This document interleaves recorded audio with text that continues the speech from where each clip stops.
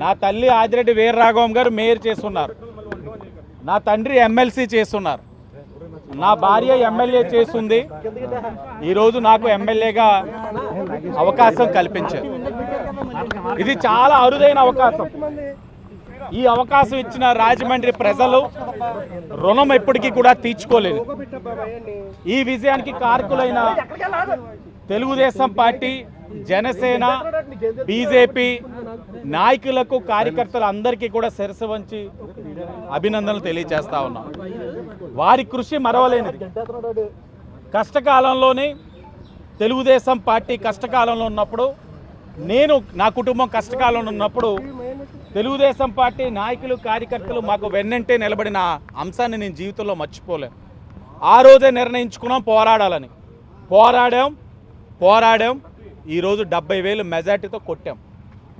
ఈరోజు వైసీపీ వారికి నిజంగా చెప్పాలి అని అంటే, ప్రజలు బాటా చెప్పు తీసుకొని గల్లుమనేటట్లు పీకేరు. ఒకటి అందరికీ, ఒకరికి ఎగ్జామ్షన్ లేదు. వాళ్ళకి తెలుసు ఎందుకు పీకేరు అన్నది కూడా. ఎక్కడ పరిపాలన దక్షత లేని వాళ్ళందరూ కూడా ప్రజాప్రతినిధులు అయిపోయారు. అవగాహన లేకుండా అభివృద్ధి కార్యక్రమాలు చేశారు. రాష్ట్రాన్ని సర్వనాశనం చేశారు. రాజధాని లేని రాష్ట్రం చేశారు. దానికి అన్నిటికీ ఈ రోజున ప్రజలు బాటా చెప్పు తీసుకొని గుయ్యం అనేటట్లు తీర్పిచ్చారు. తప్పకుండా ప్రజలు ఏదైతే విశ్వాసంతో మాకు తీర్పిస్తున్నారో దానికి అనుగుణంగా పరిపాలన అందిస్తాం. కేంద్రంలో కూడా ఎన్డీఏ కూటమి అధికారంలోకి వస్తూ ఉంది.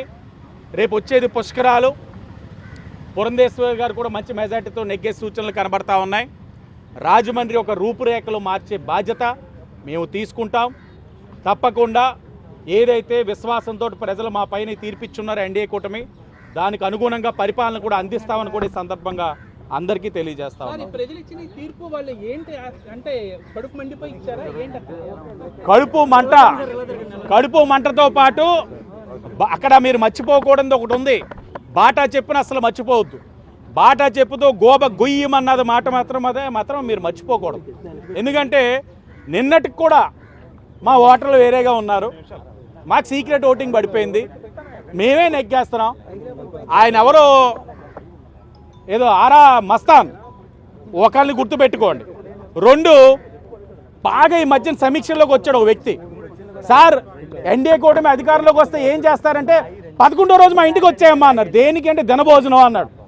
అతను ఈరోజు పోతాడో బతుకుంటాడో కూడా మీడియా వాళ్ళందరూ కూడా కాస్త ఆయన మీద దృష్టి సారించండి. నాకు అతని పేరు గుర్తు రావట్లా. చాలా అపర మేధావిలో మాట్లాడాడు. చంద్రబాబు నాయుడు కుప్పం టైట్, కళ్యాణ్ గారా నెగ్గడు, ఇంకా అభ్యర్థుల ఆలెక్కడ నెగ్గుతారా అన్నాడు. 11వ రోజు దినభోజనం అన్నాడు. ఈ రోజున 4వ తారీఖు. అది మాత్రం కంపల్సరీ మేము గుర్తు చేసి, అవసరం అనుకుంటే అతను గుర్తు కూడా చేస్తాం. నువ్వు చచ్చిపోవాలన్నా ఇంకా బతికెందుకు ఉన్నావని. అలాగే ఆరా మస్తాన్ గారిని కూడా మీడియా వాళ్ళు కాస్త అడగాలి.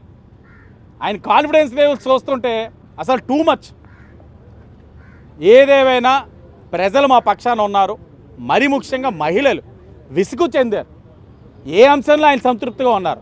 ఒక చేతితోటి ఇలా ఇచ్చి ఇంకో చేతితోటి వడ్డీతో సహా లాగేశారు. అలాంటి పరిస్థితుల్లోని వాళ్ళకి ఓట్లు ఎందుకు వేస్తారని అనుకుంటా ఉన్నారు. భ్రమలో బతికారు. ఆ భ్రమలోనే 5 ఏళ్ళు కూడా ఉంటారు. ఇదన్నా నేను ముందు నుంచి మీకు చెప్పాను, లోకేష్ గారు రెడ్ బుక్లో నాకు ఒక పేజ్ ఉంటుంది అని. నా పేజు అందరికన్నా ముందు అయ్యేటట్లు నేను చూసుకుంటాను. నా కోటా నేను త్వరగా పూర్తి చేసే కార్యక్రమం నేను చేసుకొని, ఎందుకంటే నాకు చాలా చేయాల్సిన బాధ్యతలు ఉన్నాయి. భరత్ 2వ రౌండ్లోనే వెళ్ళిపోయాడని చెప్పారు. ఇక్కడ చెప్తున్నారు 25% కమిషన్ కొద్దిగా ఇంకా బ్యాలెన్స్లు ఉన్నాయంట. కంపల్సరీ అక్కడ సమీక్షించుకొని కమిషన్లన్నీ వసూలు చేసుకుంటున్నారని చెప్పారు. ఆ కార్యక్రమంలో ఉన్నాడని తెలిసింది. ఏదేమైనా రాజమండ్రి సిటీలో అతన్ని నేను ఏ రోజు కూడా అభ్యర్థి కింద నేను చూడలేదు. అతను ఒక కామెడీ పీస్. కొంతమంది వచ్చి చూడు 175కి 175 మీరు నెగ్గుతున్నాం ఎలా చెప్పేవారు. అతను ఒక కామెడీ పీస్. ఆ పీస్ అది చాలా పవిత్రమైంది. ఒకటే పీస్ ఉంటుంది ఆంధ్రాకి, అది భరతరామ్ అనే ఐటమ్ పీస్. ఈ విజయం నా తెలుగుదేశం, జనసేన, బీజేపీ నాయకులకి, కార్యకర్తలకి, మరి ముఖ్యంగా రాజమండ్రి ప్రజలకి. వాళ్ళు రుణం తీర్చుకోలేను. నా తల్లికి అవకాశం ఇచ్చారు, నా తండ్రికి అవకాశం ఇచ్చారు, నా భార్యకి అవకాశం ఇచ్చారు, ఈరోజు నాకు అవకాశం ఇచ్చారు. అరుదైన సంఘటన. దేశ చరిత్రలో బహుశా ఒక కుటుంబంలో 4గురికి ఇలా రావడం అన్నది ఎక్కడ కూడా ఉండకపోవచ్చు. For more videos like this, subscribe Big TV channel.